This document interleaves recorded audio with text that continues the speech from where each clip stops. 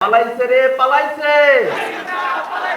হই হই রই রই, হই হই রই রই। এই বিচার বিচার বিচার চাই, এই বিচার বিচার বিচার চাই, বিচার বিচার বিচার চাই।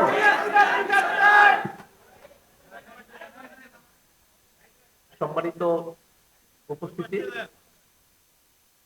মাননীয় উপদেষ্টাদ্বয়, বিভিন্ন রাজনৈতিক দলের নেতৃবৃন্দ এবং আমার সহযোদ্ধা রাজমন্ত্রী ভাইয়েরা, আসসালামু আলাইকুম।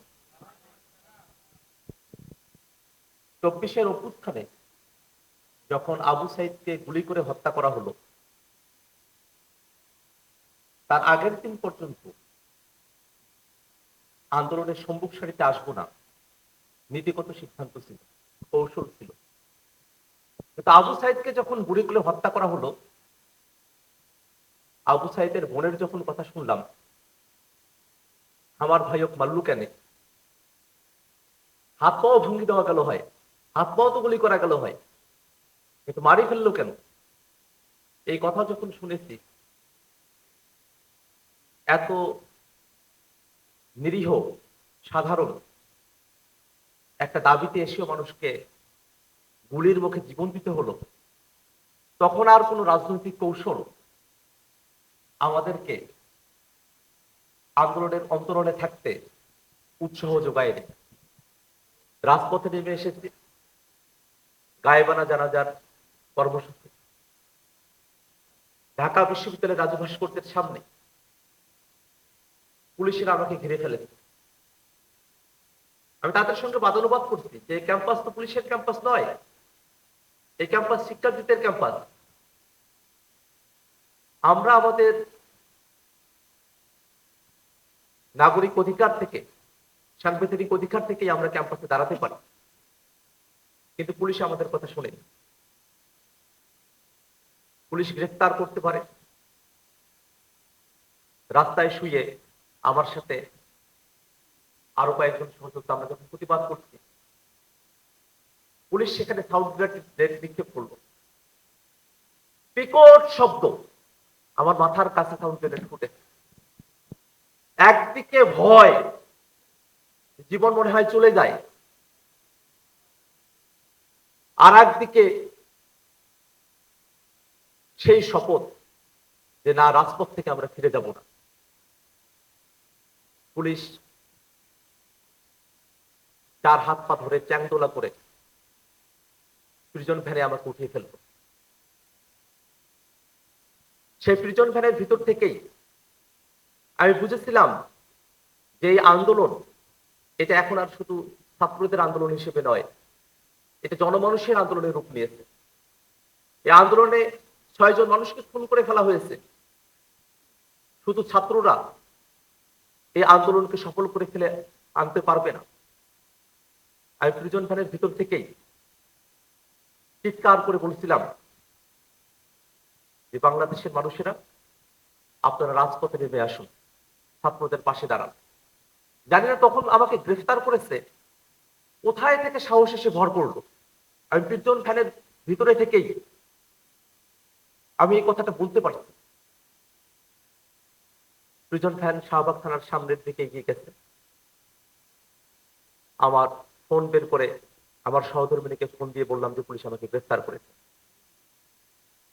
সহধর্মিনী কান্না জড়িত কণ্ঠে আমার সঙ্গে কথা শেষ হল।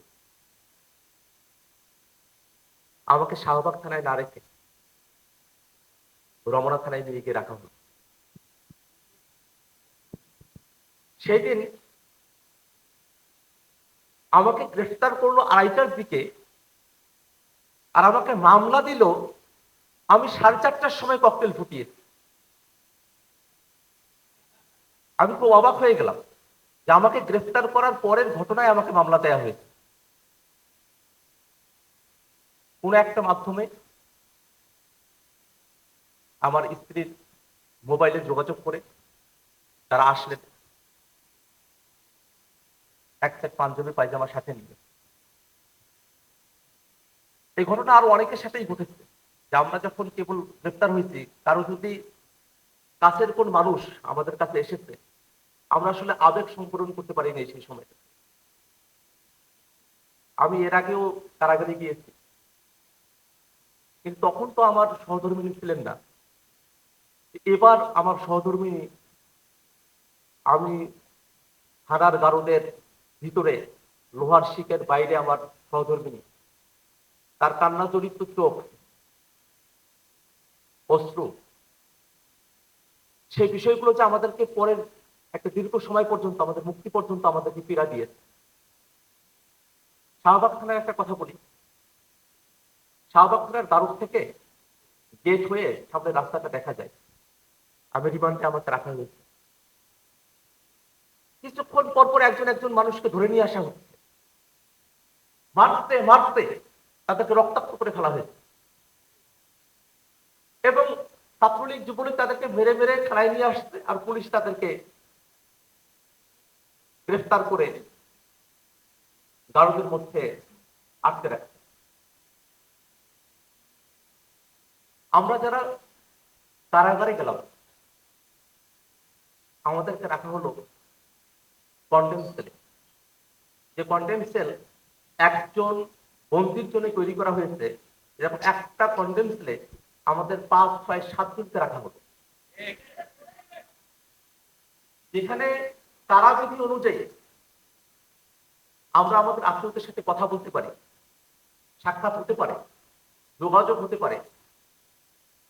আমাদের কোনো আত্মীয় স্বজনের সাথে আমাদেরকে একটা দিন কথা বলতে দেওয়া হয়নি। আমরা যে রুমগুলোতে ছিলাম, সেই রুমগুলোতে ছিল 24 আওয়ার লক আপ।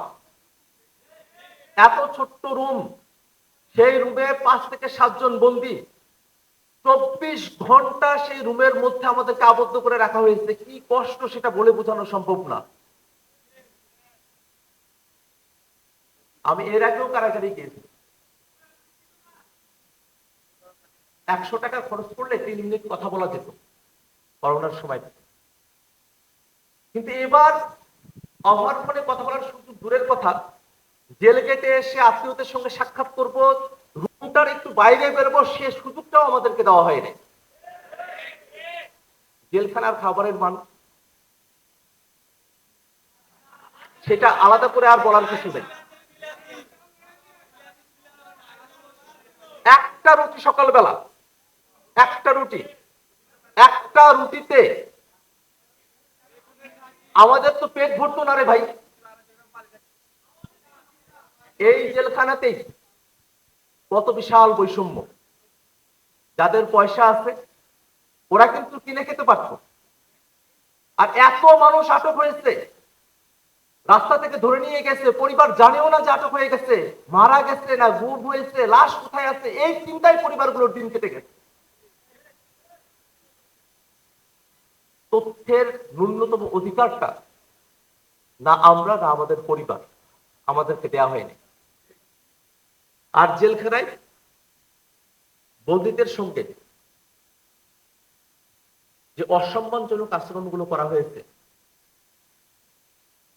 তাদেরকে ঠাই বসিয়ে রাখা, তুই তুকারি করে কথা বলা, গালিগালাজ করা, এটা কোনোভাবে আমরা যে মানবিক মর্যাদার কথা বলি সে মানবিক মর্যাদার সঙ্গে যায় না।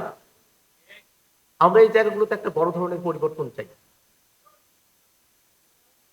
এবং এবং